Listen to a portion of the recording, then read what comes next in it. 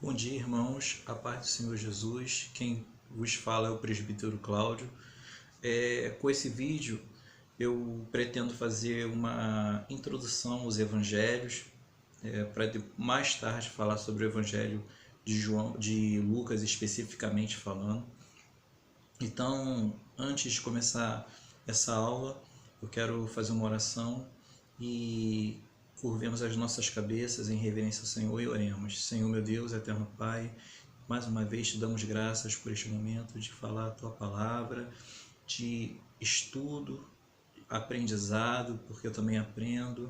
Que o Senhor possa abençoar este momento, que o Teu Espírito Santo possa trazer revelação não somente a mim, mas também aos irmãos, que o Senhor, através do Teu Espírito, possa dar cada vez mais entendimento na palavra e extrair dela, Senhor meu Deus, o alimento necessário para o nosso dia a dia. Que o Senhor possa abençoar também, né, e estender sua mão de misericórdia sobre os aflitos que estão angustiados por estar em casa, não poder congregar fisicamente e adorar o Senhor na beleza da sua santidade. Que o Senhor, teu Espírito, possa tirar toda opressão maligna e confortar esses corações angustiados, em nome de Jesus. Amém. Então, vou ler em primeiro lugar a palavra de Deus, um trecho da palavra de Deus que está em Romanos capítulo 1 e o versículo 16, que vai nos dizer o seguinte: porque o Evangelho é o poder de Deus para a salvação de todo aquele que nele crê. O Evangelho é o poder de Deus. Então, aqui pelo próprio texto, ele está dando uma definição do que é o Evangelho. O Evangelho é o poder de Deus, em uma designação mais específica, mais técnica, mais etimológica da palavra Evangelho. A palavra Evangelho vem do grego euangelion, e essa palavra pode ser dividida em duas partes. A primeira partícula eu quer dizer bom e angelion quer dizer mensagem. Então, evangelho quer dizer boa mensagem, boas novas. E nesse sentido ele foi usado para anunciar, designar a mensagem de Cristo, a mensagem posteriormente apostólica a respeito do que Jesus de Nazaré, né, o Messias, tão esperado pelo povo de Israel e tão esperado pelo homem de um modo geral, fez, disse, ensinou, enfim. O Evangelho ele traz a ideia do que é de como Deus operou na humanidade e propôs a ela um meio de salvação. Então a palavra evangelho ela designa isso, as boas novas com respeito à salvação, e Deus operando através do seu poder, conforme a gente viu em Romanos, ele trabalha na vida daquele que crê em que Jesus é o Messias. E essa mensagem de que Jesus é o Messias permeia, e o Salvador do mundo permeia o Evangelho, né? Tanto o Evangelho de Mateus, o Evangelho de Marcos, de Lucas e de João, e no Novo Testamento de um modo geral. Muitas pessoas pensam que a palavra Evangelho ela foi inicialmente usada pelos apóstolos. Na verdade, a palavra Evangelho já era conhecida no mundo romano. Tanto é que quando o imperador César Augusto, isso antes de Cristo nascer, talvez por volta de 39 AC, nasceu, os arautos do reino, do Império Romano, começaram a divulgar que o nascimento de César Augusto era as boas novas, né, reveladas ao todo mundo conhecido.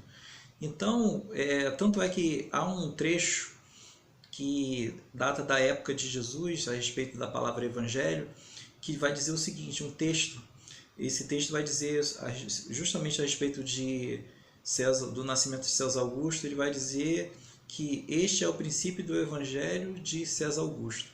E também registrado na história, quando a gente pensa nas lutas entre os gregos e os persas, os persas invadiram a Grécia e conquistaram a cidade de Salamina e Maratona. E os gregos venceram essas batalhas, expulsando os persas da região, e eles mandaram os arautos, que eram chamados de evangelistas, para poder justamente divulgar essas boas novas, que eles reconquistaram as cidades e eram um motivo de alegria, de boas notícias. Então, isso é muito importante a gente ter em mente, não é um detalhe que pode passar despercebido, porque essa palavra, ela prova que quando os evangelistas a usaram, a empregaram para poder compor os evangelhos, eles tinham em mente que a vida, a obra, a morte, a ressurreição e a ascensão de Jesus não eram fatos baseados em lendas, mas eram fatos históricos. E toda vez que se usava essa palavra evangelho, tinha em mente um fato extraordinário que trazia mudança radical no mundo.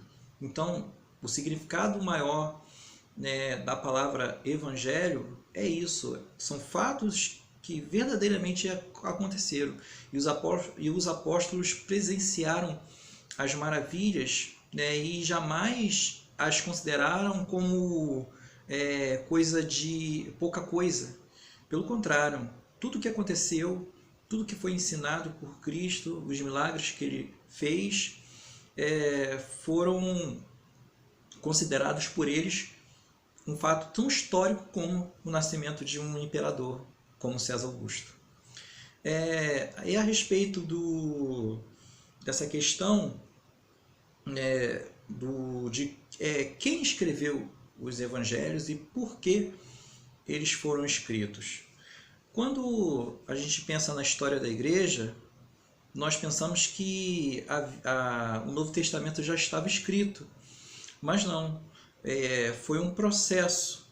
Toda a revelação de Deus é um processo que começou em Gênesis e é um processo que ocorre dentro de um certo tempo, e até chegar em Apocalipse, que encerra a revelação de Deus para o homem. Tudo que o homem precisa saber a respeito de fé, de salvação, está de Gênesis a Apocalipse escrito.